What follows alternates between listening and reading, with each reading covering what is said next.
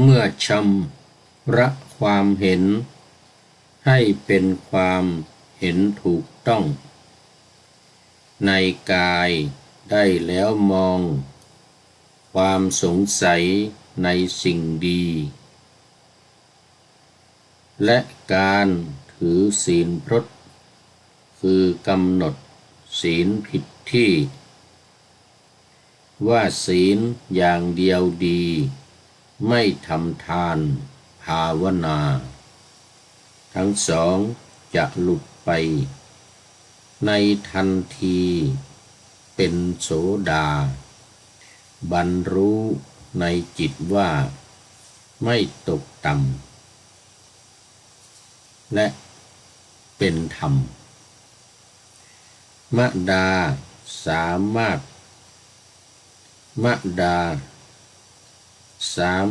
ปิด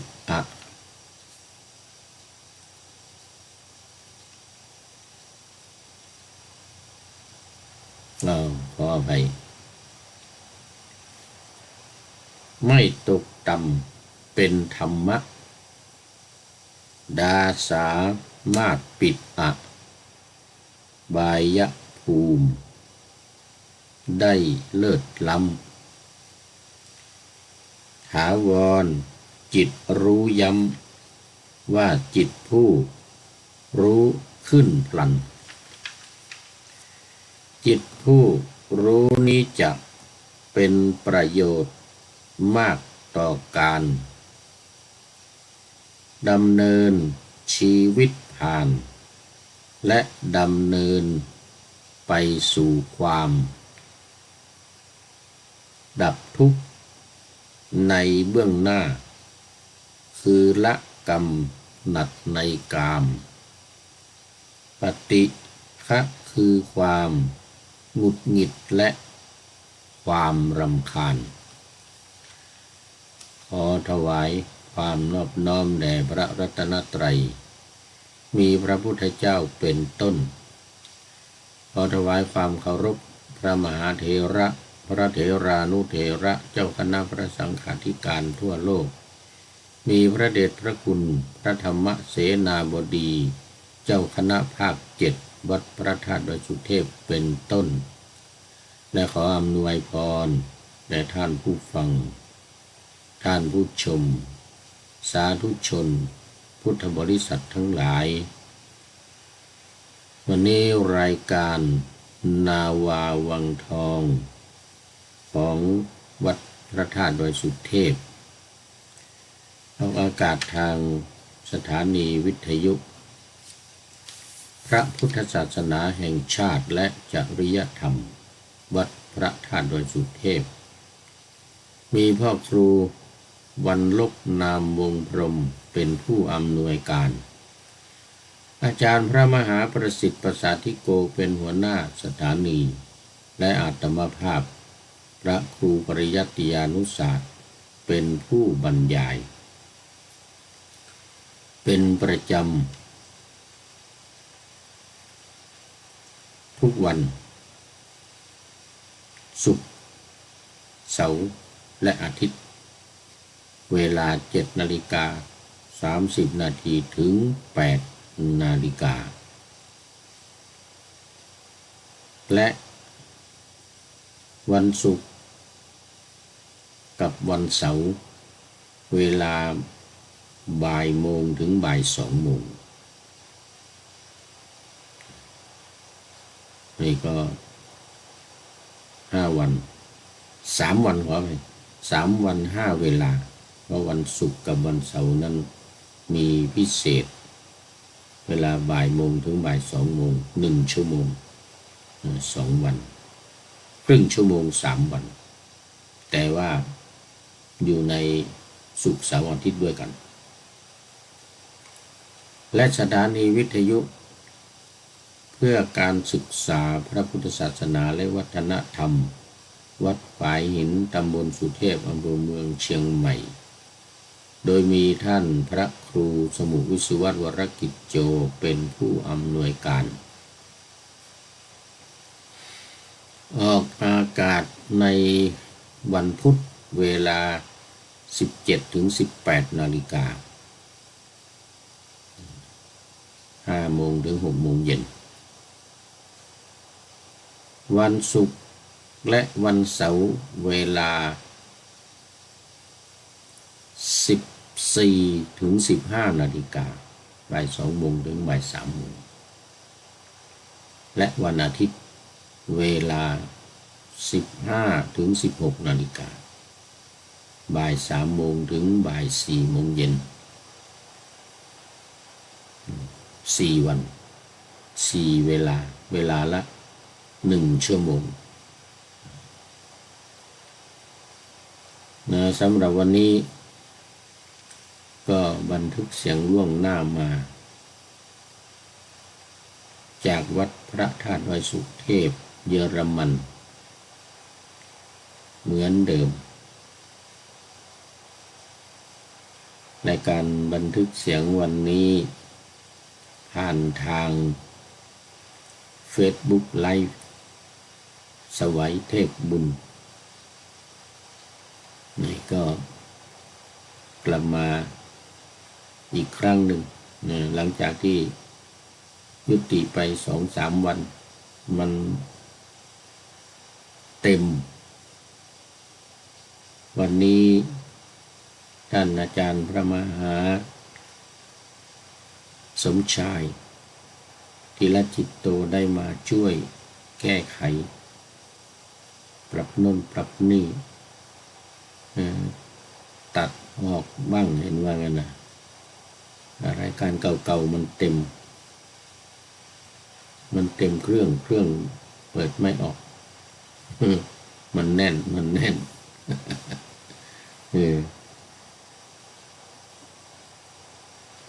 ก็ไปใช้ Facebook ไลฟ์ของสมบัติพระครูปริยัติยานุศาสตร์อยู่3 วัน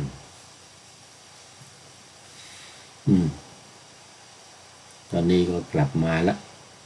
ที่สวัยเทพบุญไลฟ์สดแต่ว่าตอนนี้ FC ทั้งหลายคงยังไม่ตื่นมันยังเช้าอยู่เวลาตอนนี้ตี 4:59เกือบตี 5ในเมืองไทยแต่สำหรับที่นี่กำลังเที่ยงคืน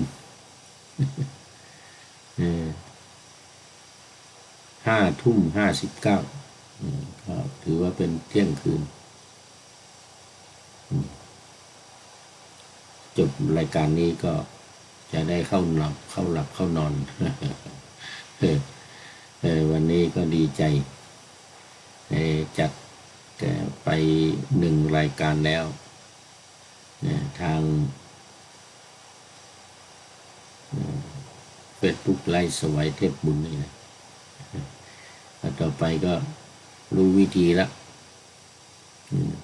จะได้ลบรายการอื่นๆโดยเฉพาะรายการทางเฟซนี่แหละมันหนักรายการละ1 ชั่วโมงรายการละครึ่งชั่วโมงเนี่ยวันหนึ่ง3 รายการ4 รายการอย่างวันนี้ก็บันทึก4 รายการวันศุกร์เสาร์อาทิตย์เนี่ยจะมากออกหลายเวลาแล้วตอนนี้ก็เข้ามาสู่เนื้อหาสาระของรายการนาวาวังทอง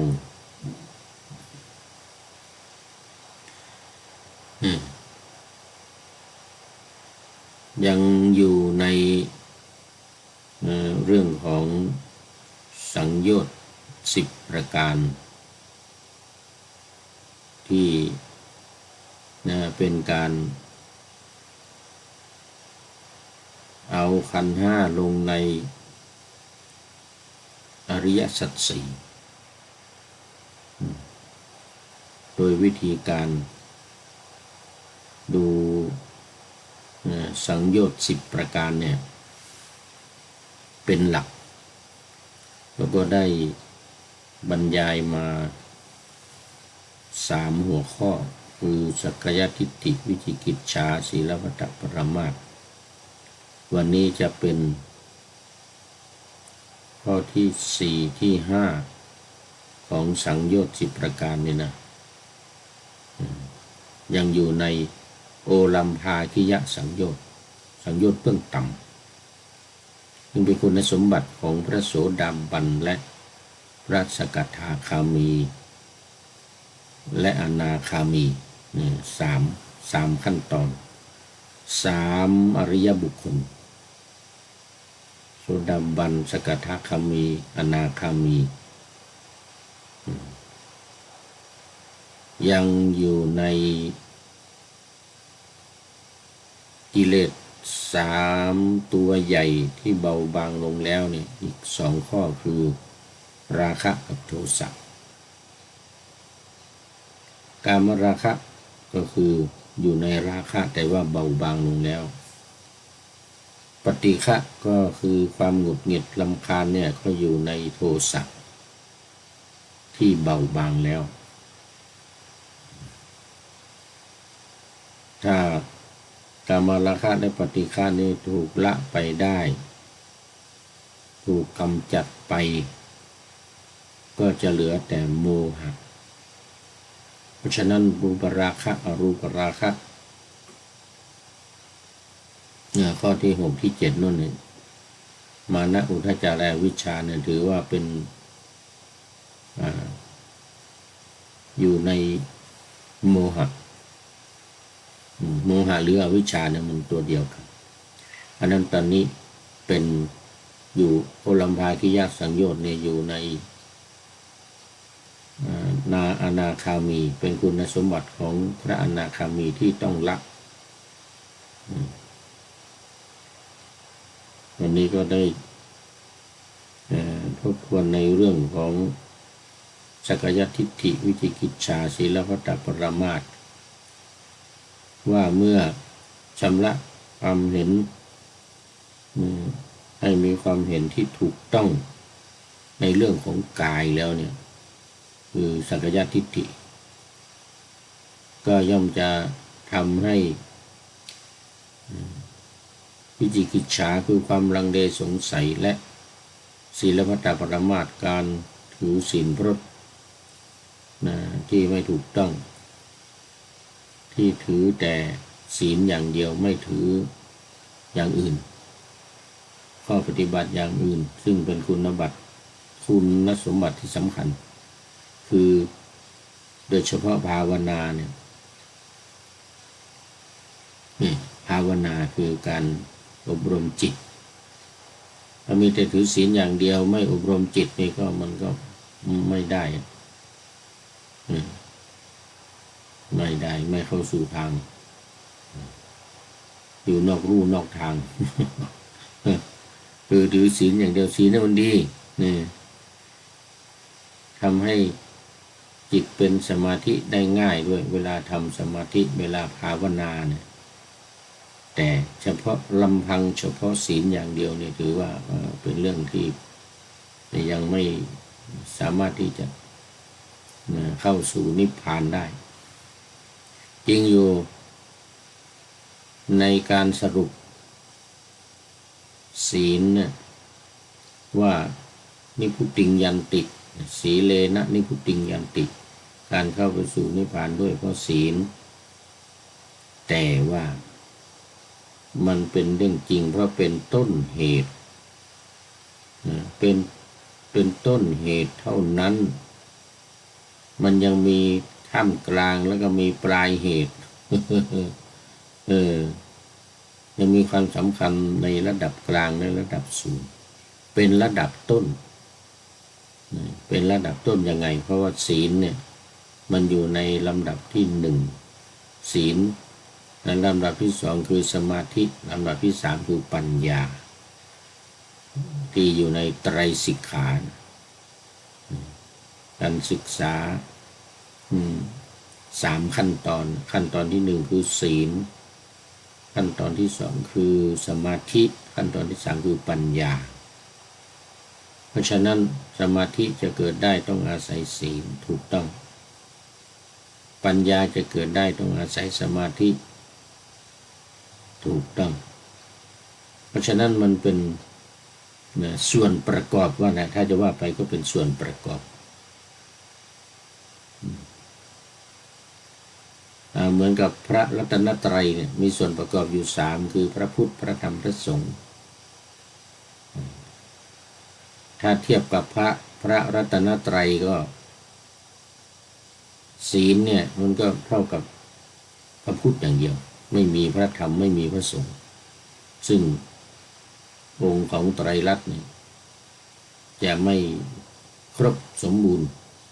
ถ้ามีแต่พระพุทธอย่างเดียวก็ต้องมีพระธรรมด้วยเหมือนกับที่ตอนที่พระพุทธเจ้าตรัสรู้ที่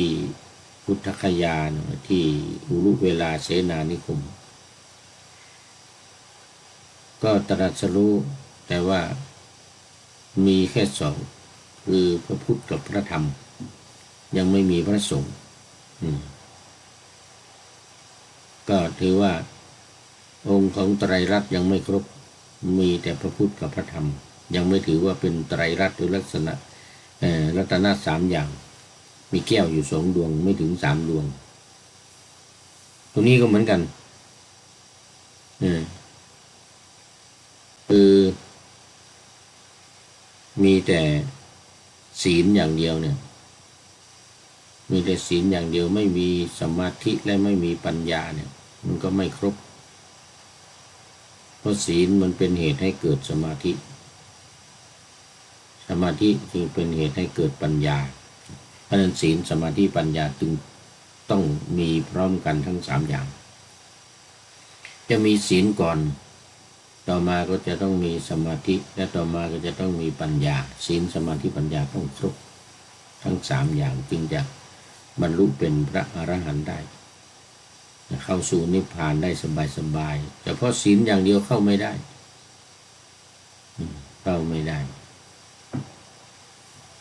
เฉพาะสมาธิก็ไม่ได้เพราะว่าถ้าศีลไม่บริสุทธิ์สมาธิไม่เกิดสมาธิไม่เกิดเมื่อสมาธิไม่เกิดปัญญาก็ไม่เกิดปัญญาหรือจะเกิดจึงอยู่มีการบรรลุพระอรหันต์ที่แบบสุขวิปัสสโกเนี่ยนะแต่ยากมีน้อยมีน้อยมียากเพราะมันจะภวักพะวงจิตจะภวักพะวงในเรื่องของศีลไม่บริสุทธิ์เนี่ยมันไม่ได้มันไม่ได้สมาธิมันไม่เกิดมัน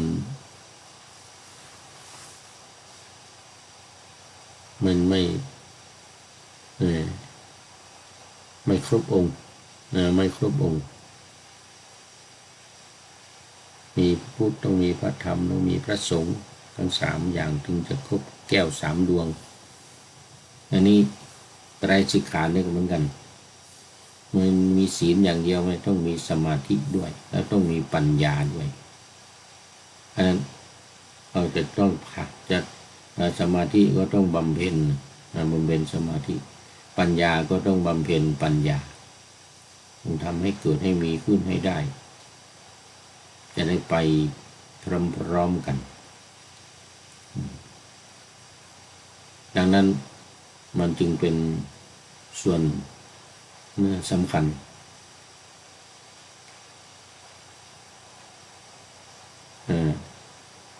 เท่ากันหรือเหมือนกันนะจะไปถือศีลอย่างเดียวนี่มันไม่ได้ดังนั้นการถือศีลอย่างเดียวนี่เรียกว่าเป็นศีลพัตตปรมาสน์การถือศีลพรตหรือการถือศีลผิดที่ผิดทางผิดหลักการ ไม่ครบหลักการองค์ไม่ครบองค์ไม่ครบ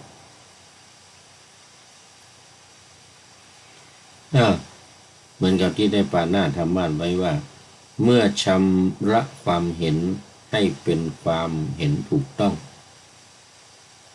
ในกายได้แล้วมองความสงสัยในสิ่งดีและการถือศีลพรต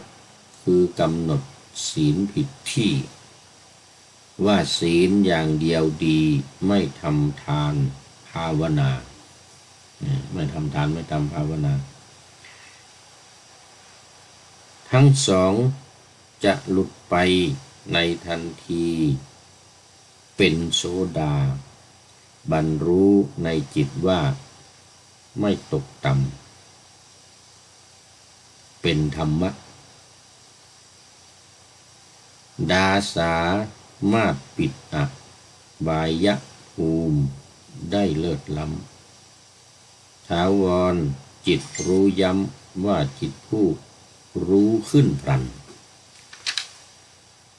จิตผู้รู้นี้จะเป็นประโยชน์มากต่อการดำเนินชีวิตผ่านและดำเนินไปสู่ความดับทุกข์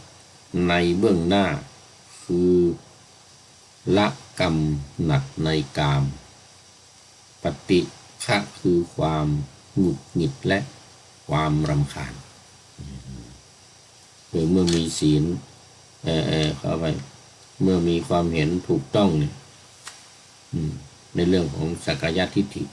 ข้อที่หนึ่งของสังโยชน์เบื้องต้น3ประการสักกายทิฏฐิข้อที่2วิจิกิจฉาข้อที่3ศีลพัตตปรมาสเมื่อมีความเห็นถูกต้องไม่เห็นผิดคือละสักกายทิฏฐิได้เนี่ยข้อที่2ข้อที่3ก็ตามมาคือความลังเลสงสัยก็จะไม่มีเพราะมันเกิดปัญญามันเกิดความเห็นที่ถูกต้องเกิดปัญญาก็เรียกปัญญาญาณการถือศีลพรตก็จะไม่มีการปฏิบัติผิดในเรื่องของศีลจะไม่มีก็จะต้องมีครบคือศีลสมาธิปัญญา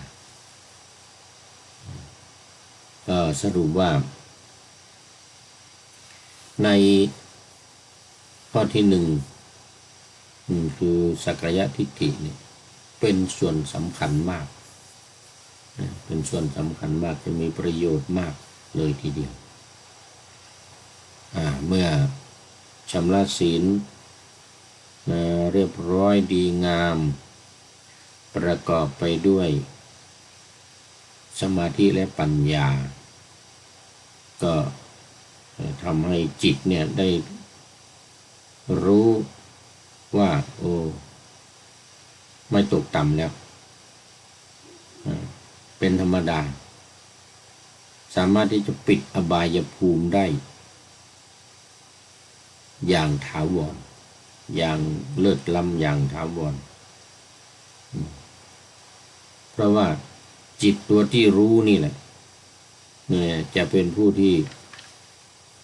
รู้ว่าเป็นประโยชน์ในชีวิต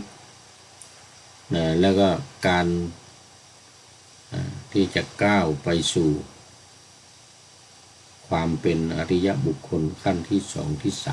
3ขั้นที่2คือขั้นที่2คือสกทาคามีและขั้นที่3คืออนาคามีดังที่ได้กล่าวแล้วดังนั้นจะต้องอาศัยความเป็นพระโสดาบันหรือความเป็นผู้ที่เข้าใจดับความทุกข์ได้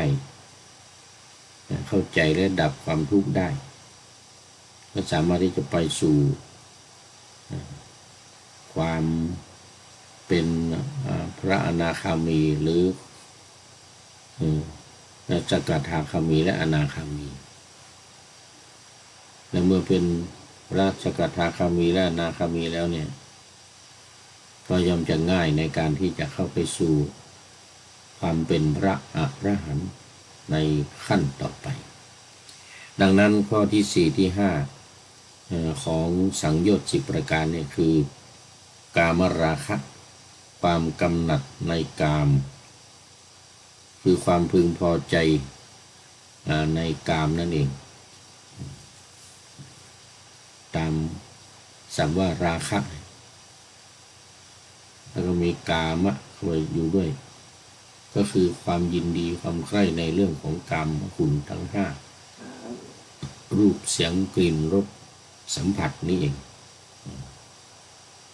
ยังมีความยินดี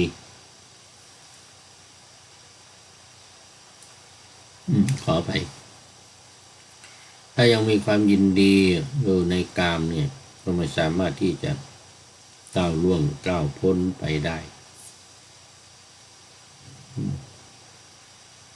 ส่วนปฏิฆะคือความงุ่นง่านรำคาญนี่ก็จะหมดตามไปเองถ้าว่ากามราคะไม่มีซึ่งมันเบาบางมาด้วยกันแล้วจากความเป็นพระสกทาคามีจึงสรุปว่าความเป็นพระอนาคามีการที่ได้ละกามราคะและปฏิฆะทั้งกิเลสกามและวัตถุกามทั้งหลายแล้วนี่สังโยชน์สองประการนี้สกทาคามีบุคคลละได้อย่างเด็ดขาดแล้วก็ย่อมจะทำให้ราคะโทสะนั้นหมดไปโมหะซึ่งเบาบางอยู่แล้วก็จะยังเหลืออยู่แต่ว่ากามราคะนี่ก็หมายถึงก็ราคะหมดไปปฏิฆะก็หมายถึงว่าโมหะเดี๋ยวโทสะหมดไปก็จะเหลือแต่โมหะอย่างเดียวเอาไปตัดในอุทธัมภาคิยสังโยชน์เบื้องบนโดยเฉพาะข้อสุดท้ายมันจะคืออวิชชา10ต่อไปหมดเวลาวันนี้เพิ่มมาเป็นกามราคะและปฏิฆะละทั้งสองอย่างนี้ได้ก็เป็นพระอนาคามีเหลืออีกขั้นตอนเดียวคือโสอรหันต์ซึ่งจะได้นำมาว่าในครั้งต่อไปขอนำรายการธรรมะทัดไปก่อนแล้วจะย้อนมาใหม่ในวันหลังเพื่อให้ท่านทั้งหลายได้รับฟังพระธรรมเทศนังเหมือนดังเดิมเป็นธรรมะในพระไตรปิฎก3ธรรมบทอันงดงามบรรยายเสริมอธิบายใจความเหมาะมาต่อเติมยกนิทานดั้งเดิมเสริมบทธรรมโอ้อันนี้งงผิดความจริงเป็น ไม่ใช่ธรรมทัศน์ขออภัยมันดึก